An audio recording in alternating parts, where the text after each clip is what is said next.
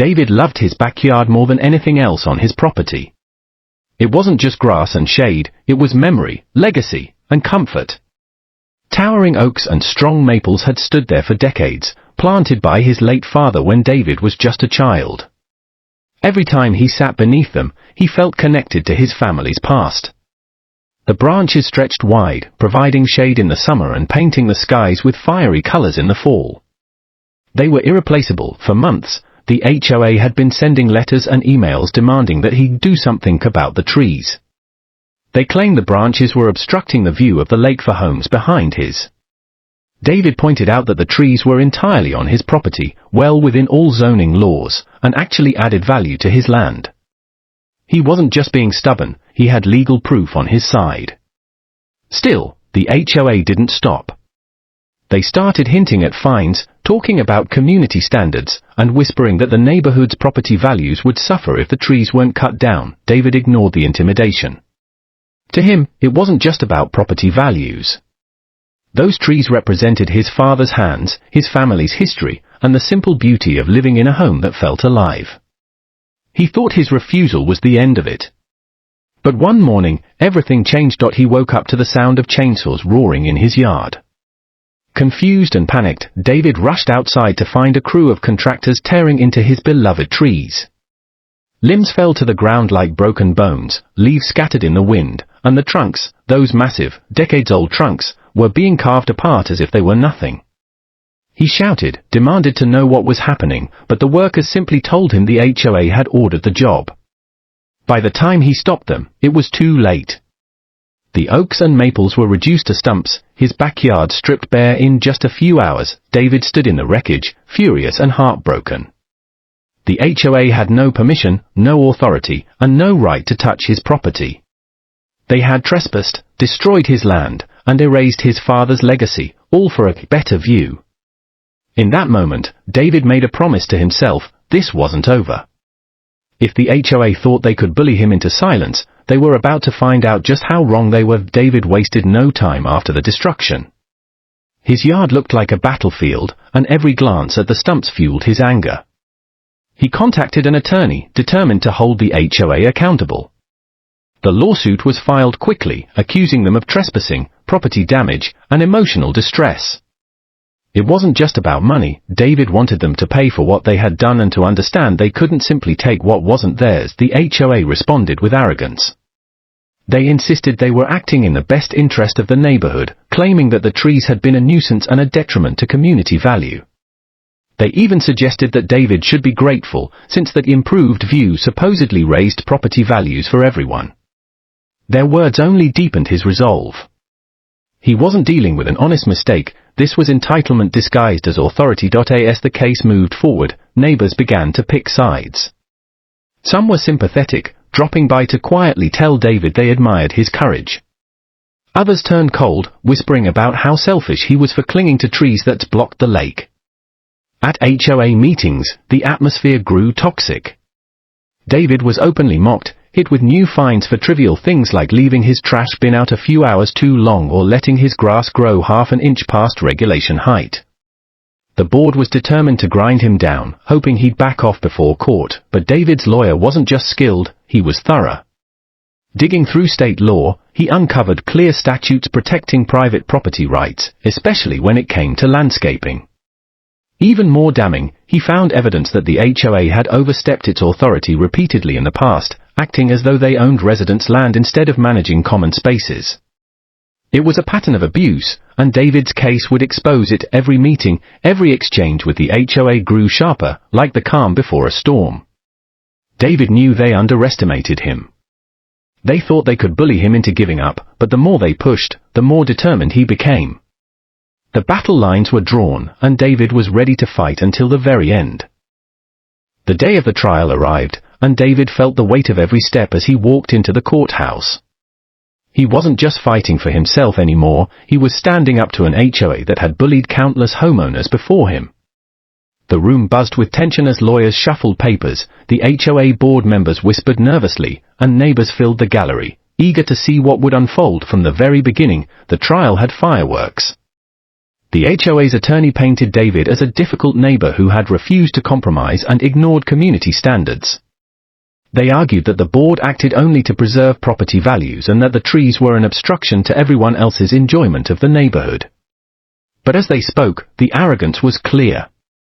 They carried themselves as though the outcome was already decided in their favor. David's lawyer methodically tore that image apart. He began with the contractors, who reluctantly admitted under oath that they had been hired directly by the HOA president.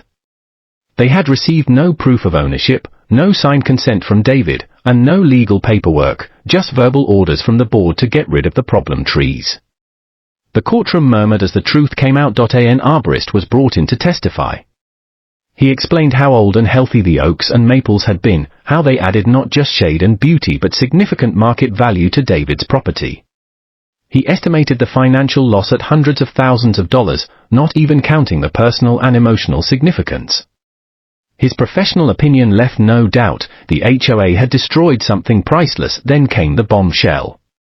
David's attorney presented records showing that the HOA had ignored multiple state laws governing property rights. Worse, financial documents hinted at mismanagement, funds being used improperly, violations of their own bylaws, and a history of targeting residents who didn't fall in line. What started as a case about trees was now unraveling into something bigger, a portrait of an HOA board drunk on power and careless with responsibility. The judge's expression shifted as the evidence piled up. The HOA's defense grew weaker, their witnesses contradicted one another, and their polished arguments crumbled under cross-examination. Each day in court, David could feel the momentum shifting. He wasn't just proving they had wronged him, he was showing the entire community exactly who the HOA really was. By the time closing arguments came, the courtroom was heavy with anticipation. David sat quietly, exhausted but resolute, knowing that everything rested on the jury's decision. The HOA had tried to take what was his. Now the truth was laid bare, and all that remained was judgment. When the jury returned to the courtroom, David's heart pounded so hard he thought everyone around him could hear it. The foreperson stood, holding the paper that carried the weight of months of battle, and read the words that would change everything. The jury found in David's favor on every count. The HOA was guilty of trespass, destruction of property, and acting beyond their authority. The damages awarded were staggering, $1.4 million. Gasps rippled through the room. Some neighbors shook their heads in disbelief, others quietly smiled, but David simply sat still, his hands gripping the edge of the table as relief washed over him. The HOA board members turned pale. Their attorney immediately asked for reduced damages, but the judge was unmoved. The evidence had been overwhelming, and the jury's voice was final. The board had assumed their power made them untouchable, and now they were being crushed under the weight of their own arrogance. The judgment wasn't just a fine, it was a financial earthquake that the HOA had no way of surviving. As the news spread through the community, shock turned into panic. Homeowners demanded answers, furious that their dues had been squandered by a reckless board. Emergency meetings were called, but it was too late. The HOA didn't have the money to cover the damages. Their reserves were too small, their insurance too limited, and the judgment far too large. Bankruptcy loomed like a storm cloud over the neighborhood. In the chaos, the inevitable happened. To satisfy part of the judgment, the HOA was forced to surrender one of its most valuable assets, a prime piece of communal land that had once been touted as the crown jewel of the neighborhood. It was meant to be protected forever as community space, a place where the HOA bragged about their vision and authority. Now, by court order, that land belonged to David. When the deed was signed over, David couldn't help but marvel at the irony. The very people who had destroyed his trees to open a view were now handing him ownership of the land they once guarded so fiercely. They had tried to strip him of something priceless, and in return, they had lost something irreplaceable. The board resigned in disgrace, the HOA fractured, and for the first time in months, David felt a measure of peace. The fight wasn't just about trees anymore, it had become about justice, dignity, and reclaiming what was his. And as he walked across the newly acquired land for the first time, David realized the HOA's worst nightmare had come true. He wasn't just their neighbor anymore. He was their landlord. David stood at the edge of the land that now carried his name on the deed, a parcel that once symbolized the HOA's control over everyone in the neighborhood. It had been their pride, their untouchable space, but now it was his.